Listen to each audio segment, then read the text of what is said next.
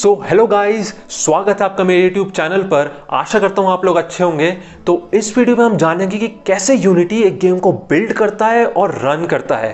कैसे ही एक single click करते ही, बिल्ड का सिंगल क्लिक करते ही यूनिटी डिफरेंट प्लेटफॉर्म्स पे iOS, Android TV, play station पे कंपाइल कर देता है अपने कोड को और एक एप्लीकेशन बना देता है उस प्लेटफॉर्म के लिए।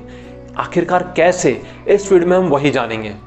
पर उससे पहले, मैं हूं संजय शर्मा, एक स्टूडेंट और एक गेम डेवलपर। मैं गेम डेवलपमेंट से रिलेटेड वीडियोस लाता रहता हूं। तो अगर आपको कंटेंट पसंद आता है तो सब्सक्राइब जरूर कर लीजिएगा। इसके साथ ही चलते हैं हम अपने वीडियो पर। तो चलिए शुरुआत करते हैं शुरू से।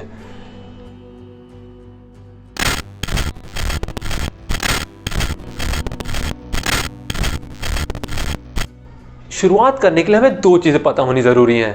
पहला तो कि हम जो भी खुद कोड लिखते हैं, भले ही वो किसी भी लैंग्वेज में हो, हमारे द्वारा जो कोड लिखा जाता है उसे हम सोर्स कोड कहते हैं। इन केस ऑफ यूनिटी हम उसे C# में लिखते हैं और हर सोर्स कोड का मकसद होता है इंजन कोड में कन्वर्ट होना, जो कि कंपाइलेशन के द्वारा कन्वर्ट होता है। तो ये तो एक जनरल इंफॉर्मेशन। अब यूनिटी के पर्सपेक्टिव से देखते हैं। तो यूनिटी पे हम जैसे ही बिल्ड क्लिक करते हैं, सबसे पहले सारी C# स्क्रिप्ट्स कंपाइल होती हैं इंजन कोड में नहीं, CIL में। अब CIL क्या है? CIL है कॉमन इंटरमीडिएट लैंग्वेज। C# से कन्वर्ट होता है कोड कॉमन इंटरमीडिएट लैंग्वेज में। C# के कोड को हम कहते हैं सोर्स कोड और इस CIL के कोड को हम कहते हैं मैनेज्ड कोड। अब इस मैनेज्ड कोड की खासियत ये होती है कि ये डिफरेंट लैंग्वेजेस में इजीली कन्वर्ट होके उसका इंजन कोड बना सकता है। मीनिंग से डिफरेंट लैंग्वेज में इजीली कोड कन्वर्ट हो सकता है। ये फीचर है C# का, जिसे हम मिक्स्ड लैंग्वेज प्रोग्रामिंग भी कहते हैं। मतलब एक लैंग्वेज का कोड बहुत ही इजीली बाकी लैंग्वेजेस में कन्वर्ट हो सकता है। और बाकी लैंग्वेजेस से मेरा मतलब है .NET फ्रेमवर्क की लैंग्वेज। तो हमारा जो सोर्स कोड है वो कन्वर्ट होता है मैनेज्ड कोड से। सोर्स कोड है C# में, मैनेज्ड कोड है कॉमन इंटरमीडिएट लैंग्वेज में। अब इसके बाद जो कंपाइलेशन होता है उसमें दो चीज़ें आती हैं। दो तरह से कंपाइलेशन हो सकता है। पहला अहेड ऑफ टाइम कंपाइलेशन और दूसरा जस्ट इन टाइम कंपाइलेशन। अब depending upon the target hardware, जैसा हमारा टारगेट हार्डवेयर है, एंड्रॉयड है, iOS है, प्ले स्टेशन है, उस पर डिपेंड करके इन दो में से एक को चूज करा जाता है। सारे के सारे iOS में अहेड ऑफ टाइम कंपाइलेशन ही होता है। अहेड ऑफ टाइम कंपाइलेशन का मतलब है कि सारा कंपाइलेशन पहले से ही यूनिटी इंजन कोड में करके एप्लीकेशन में बिल्ड कर देता है। और जस्ट इन टाइम का कंपाइलेशन है कि जो कंपाइलेशन है वो एप्लीकेशन जब डिवाइस में रन होती है तब होगा। अब एक एग्जाम्पल के तौर पर जितने भी iOS डिवाइसेस हैं सब में अहेड ऑफ टाइम कंपाइलेशन होता है, क्योंकि एप्पल डायनेमिक कंपाइलेशन अलाउ नहीं करता। Dynamic compilation just in time compilation को भी कहा जाता है और अहेड ऑफ टाइम कंपाइलेशन को हम स्टैटिक कंपाइलेशन भी कहते हैं। JIT मतलब जस्ट इन टाइम कंपाइलेशन का कंसेप्ट जावा से आया था और स्टैटिक कंपाइलेशन तो बहुत पुराना कंसेप्ट है। C++ सब में स्टैटिक कंपाइलेशन ही होता है। अब इसके बाद आपके मन में अगर ये सवाल आ रहा है कि अहेड ऑफ टाइम कंपाइलेशन ज़्यादा अच्छा होना चाहिए क्योंकि उसमें पहले से ही सारा कोड इंजन कोड में कन्वर्ट हो जाता है, और just in time compilation slow होना चाहिए, तो ये थोड़ा डिबेटेबल टॉपिक है। पर ऐसा बिल्कुल भी नहीं है कि एक पूरी तरह से बेकार है और एक पूरी तरह से अच्छा है। जस्ट इन टाइम कंपाइलेशन में भी रन टाइम में काफ़ी ऑप्टिमाइजेशन के ऑप्शंस अवेलेबल रहते हैं। तो वहीं अहेड ऑफ टाइम कंपाइलेशन में पहले से ही कुछ ऑप्टिमाइजेशन के ऑप्शंस रहते हैं और रन टाइम में हमें ज़्यादा मेहनत नहीं करनी पड़ती। पर कहीं भी ऐसा बिल्कुल भी नहीं है कि कोई एक कंपाइलेशन दूसरे से बेटर है।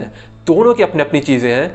जब तक यूनिटी कोई ऑप्शन नहीं ला देता एक सिंगल क्लिक करके जिससे कि हम कंपाइलेशन का प्रोसेस चूज़ कर पाएँ, तब तक तो ये डिबेटेबल टॉपिक है। पर दोनों ही कंपाइलेशन इक्वली एफिशिएंट माने जाते हैं। दोनों ही कंपाइलेशन में अहेड ऑफ टाइम कंपाइलेशन और जस्ट इन टाइम कंपाइलेशन से हमारे पास इंजन कोड आता है जो कि फाइनली ये एप्लीकेशन में चलता है, फाइनली डिवाइस पे चलता है। अभी तक कुछ कॉम्प्लेक्सिटी नहीं आई थी, कॉम्प्लेक्सिटी अब आएगी, क्योंकि हमारा जो यूनिटी है वो तो C# में लिखा ही नहीं गया है। यूनिटी का जो पूरा बैकएंड है वो बाकी किसी भी मेजर सॉफ्टवेयर की तरह C++ में लिखा गया है। और जब C++ का जो इंजन कोड है उसे हमारे C# के इंजन कोड से कम्युनिकेट करना पड़ता है। कॉम्प्लेक्सिटीज यहाँ आ जाती हैं। जो हमारा सी शार्प का कोड था, मैनेज्ड कोड जो CIL में कन्वर्ट हुआ था, जिसे हम मैनेज्ड कोड कहते हैं, वो इंटीग्रेट होता है मैनेज्ड रन टाइम से। अब मैनेज्ड रन टाइम क्या है? मैनेज्ड रन टाइम एक सिक्योरिटी मैकेनिज्म टाइप है जो कि इंश्योर करता है कि आपके प्रोग्राम में अगर कोई बग है या कोई एरर है तो वो एक एक्सेप्शन में रिजल्ट करे रेदर देन डिवाइस या ऐप क्रैश हो। मैं एक एग्जांपल देता हूं, अगर आपने किसी भी कहीं पे भी डिवाइड बाय ज़ीरो करा है तो लॉजिकली तो ये एक एरर देगा, पर अगर डिवाइसेस में हो सकता है एरर के कारण आपकी एप्लीकेशन ही क्रैश हो जाए या खुद पूरा का पूरा डिवाइस ही क्रैश हो जाए। तो इसे इंश्योर करने के लिए हम हमारा जो मैनेज्ड कोड है उसे मैनेज्ड रन टाइम से जोड़ते हैं, कंबाइन होता है, जिससे कि एक सिक्योरिटी लेयर आती है जो कि इंश्योर करता है कि ऐसा कोई भी बग या एरर डिवाइस क्रैश या ऐप क्रैश में नहीं बल्कि एक एक्सेप्शन में रिजल्ट करे। तो हमारा जो मैनेज्ड कोड है वो इंटीग्रेट होता है मैनेज्ड रन टाइम से। तो ये जो हमारा मैनेज्ड कोड है ये कम्युनिकेट करता है यूनिटी के इंजन कोड से जो कि C++ में लिखा हुआ था। और जो यूनिटी का जो C++ का कोड है ये ऑलरेडी कंपाइल्ड रहता है और हमारे पीसी में इंस्टॉलेशन के द्वारा दिया जाता है जब हम यूनिटी इंस्टॉल करते हैं। तो जो यूनिटी का इंजन कोड है और हमारा जो C# का कंपाइल्ड कोड है जो कि अब मैनेज्ड रन टाइम में कन्वर्ट हो चुका है, ये दोनों आपस में कम्युनिकेट करते हैं। अब इन दोनों के आपस के कम्युनिकेशन में ही कॉम्प्लेक्सिटीज आती हैं क्योंकि इसमें होता है डेटा कन्वर्जन। दोनों डेटा शेयर करते हैं और डेटा को कन्वर्ट करना पड़ता है अपने अपने तरीके के द्वारा।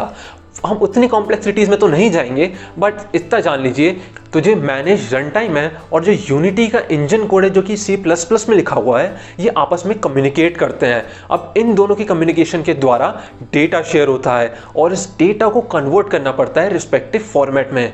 अब कन्वर्ट नहीं करना पड़ता, वो अपने आप ही कन्वर्ट होता है, वो सब ऑटोमेटिक प्रोसेस है।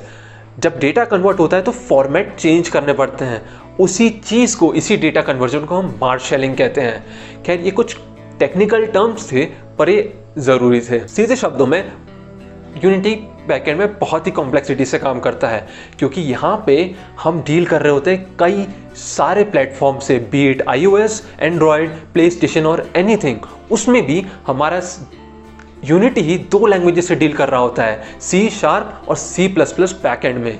तो थोड़ी कॉम्प्लेक्सिटीज रहती हैं पर कंक्लूजन करते हुए हमारा जो C# के जितना भी कोड है वो कन्वर्ट होता है CIL में, कॉमन इंटरमीडिएट लैंग्वेज।